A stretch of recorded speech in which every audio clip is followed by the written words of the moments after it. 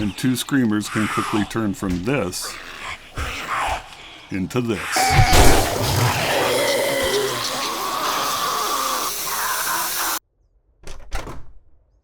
This is Tim with Digital Survival. Thanks for joining me today for my heat guide. This is going to be focused on base buildings and what you can do in the interior of a base. Let's get started. So first, I wanted to find a big flat open space that I could use to do my testing. And the desert was a great place for that. Next, I wanted to build a grid that would help me know where all the chunk borders were, laid out in that nice flat desert. I may have gone a little bit overboard on that. Wanted to show you guys what this looked like from the air, but it's not spawning in all the stuff. It's hiding it. Anyway, kind of big. Did I do too much?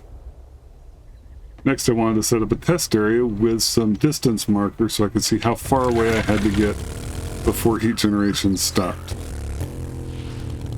So I set up a 160 meter test area to help with that. Gather test data. I needed to turn on the debug mode, which you hit F1 on the PC, type in DM, hit return, hit escape, debug menu's on, and then hit F8 2 times, and that gives me my heat in the area. Right now there's no heat going on in that chunk, but in this chunk, we've got a dew collector running, and it's got the heat and the timer going. So then I started doing some testing. First with 5 dew collectors on one side, all generating heat, and then with just a furnace and a campfire generating heat. And the thing that I found was in both of these situations, they generated heat quickly enough that I'd get a screamer check before I was done with my testing. So it's important to understand how screamer checks work. In build 1.0, build 317, the developers changed how the game generates screamers. The 2 big changes they made were lowering the total chunk heat required for a screamer check from 100 to 25. That's a huge difference. The second change is the odds of a screamer spawning when a check happens. It used to be 0.7, about 70%, now it's 0.2. So the check happens a lot more quickly, but the chance that a screamer spawns has been lowered. When the screamer check happens, it resets the heat in the chunk where it happens and starts a cooldown timer where no new heat can generate. If a screamer spawns, that cooldown is 1320 seconds. If no screamer spawns, the cooldown is 240 seconds. In either case, the 4 chunks directly north, south, east, and west of the one that generated the screamer gets a cooldown of 180 seconds, where their current heat events and timers do not change until the cooldown period is over. Chunks diagonally from the screamer check chunk are not affected. Trying to avoid screamer checks resetting my heat data, I recorded heat generation for a single furnace, then a single campfire, cement mixer, chemistry bench, and workstation. That's when I figured out the math and what that means for us as players. When something that generates heat is activated, it starts a heat timer and adds a set amount of heat to the chunk it's in. The facilities we're working with here all have 720 second timers. Other events can be different. The dew collector generates 2 heat. The campfire, workstation, chemistry bench, and cement mixer each generate 5 heat, and the furnace generates 6. One other number is calculated at the heat event point, the decay rate. The decay rate is the current heat related to the event divided by the time until the heat event naturally expires. So in the case of a furnace with a starting heat of 6.0 and a timer of 720, the amount of heat the event will lose per second is 0.0083 repeating, or 0.025 every 3 seconds.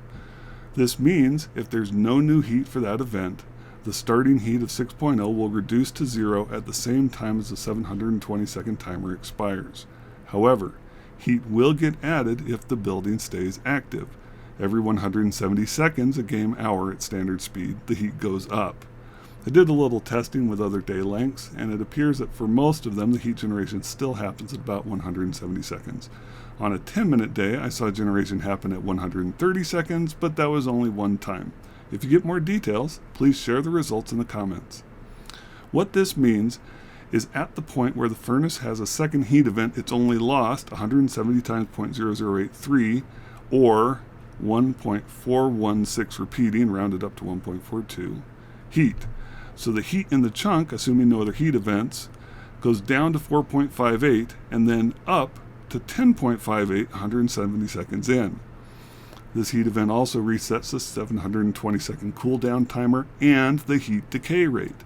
The new heat decay rate in this case is 10.58 divided by 720, or 0.014694 repeating per second. This means over 170 seconds the heat will drop 2.498, rounded up to 2.5, down to 1.08 before a new heat event adds 6 to the heat and resets both the 720 second timer and the heat decay rate. If you extend this math out at regular speed, the furnace running by itself with no other heat events in the chunk, remember how big a chunk is, will accumulate enough heat to generate a screamer check at the 13-hour mark. That's if you don't run anything else. Say you wanted to cook some food while you process stuff in your furnace one night. As soon as you turn on the campfire, it generates 5 heat with a 720 second cooldown. 170 seconds later, it's lost 1.18 of that heat, but gains another 5 and resets the timer. This means in just an hour, your campfire has 8.82 heat to dissipate, and assuming you started your furnace at exactly the same time, it has 10.58. Can you see where this is going? At the 2-hour mark, the furnace is at 14.08 and the campfire is at 11.8. And after only 2 hours, you've triggered a screamer check. Who thought this was a good idea? This means if you want to be processing stuff in your base at night, you'd better be ready for screamers to show up. At night. Neat. The nice thing is, with the cooldown, even if you don't generate a screamer, you should have about 1.3 hours of game time without generating a new one. Of course, if you happen to be unlucky enough to build your base at the intersection of 4 chunks and are generating heat in chunks that are kitty-cornered to each other, you could have 2 screamer events in close succession. Oh, and there's a chance that a screamer check will spawn 2 screamers at the same time. So that's fun. And 2 screamers can quickly turn from this into this.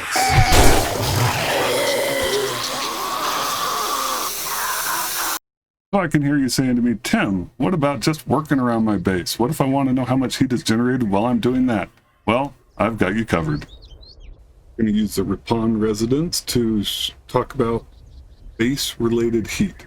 So I set up a little testing area in here to show a couple of things. So if you have a base, first you're probably going to start out with wooden doors. Wooden doors, no problem. No heat at all. Iron doors, though, make 0.05 heat each time you use them. I don't know how long it would take to generate a screamer just doing this, but it'd be super annoying in the meantime. Steel doors, actually the same, 0.05. And they're a lot slower to move, so it'd be a lot harder to generate a screamer.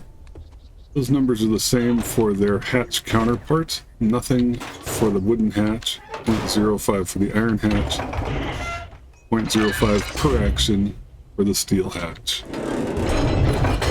Now, a couple other things you're going to be doing in your base.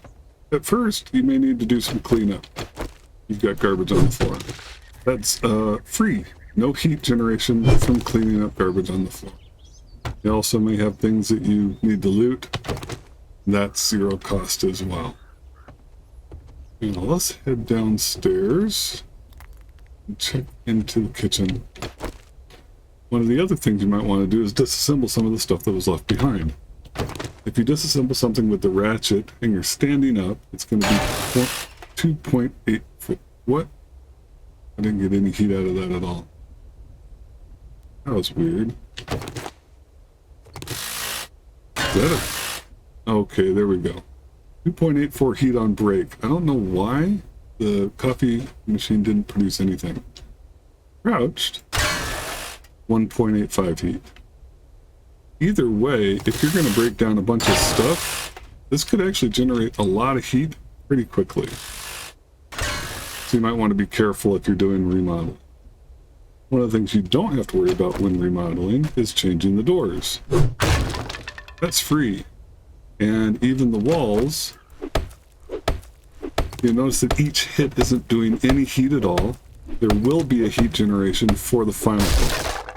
1.2 if you're standing up, And if you're crouching on a garbage can, it'll only be 0.6. Another thing you might want to do while cleaning up your house is break down something made of metal. Each hit on that is going to be 0.1, unless you're crouched, in which case I think it's 0.65. It might actually be a full 0.7. And then on the final break, you get another 1.85 added onto that. What that means is if you have something that can do the whole job in one hit, you just get the break amount. Go to this.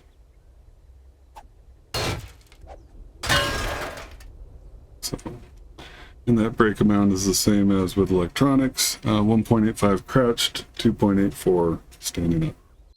This is Tim with Digital Survival. Thanks for joining me today for my base heat guide. I hope you enjoyed it. If you do, please like, comment, subscribe, and/or share. It helps me keep doing this thing that I love. Thanks, and see you soon.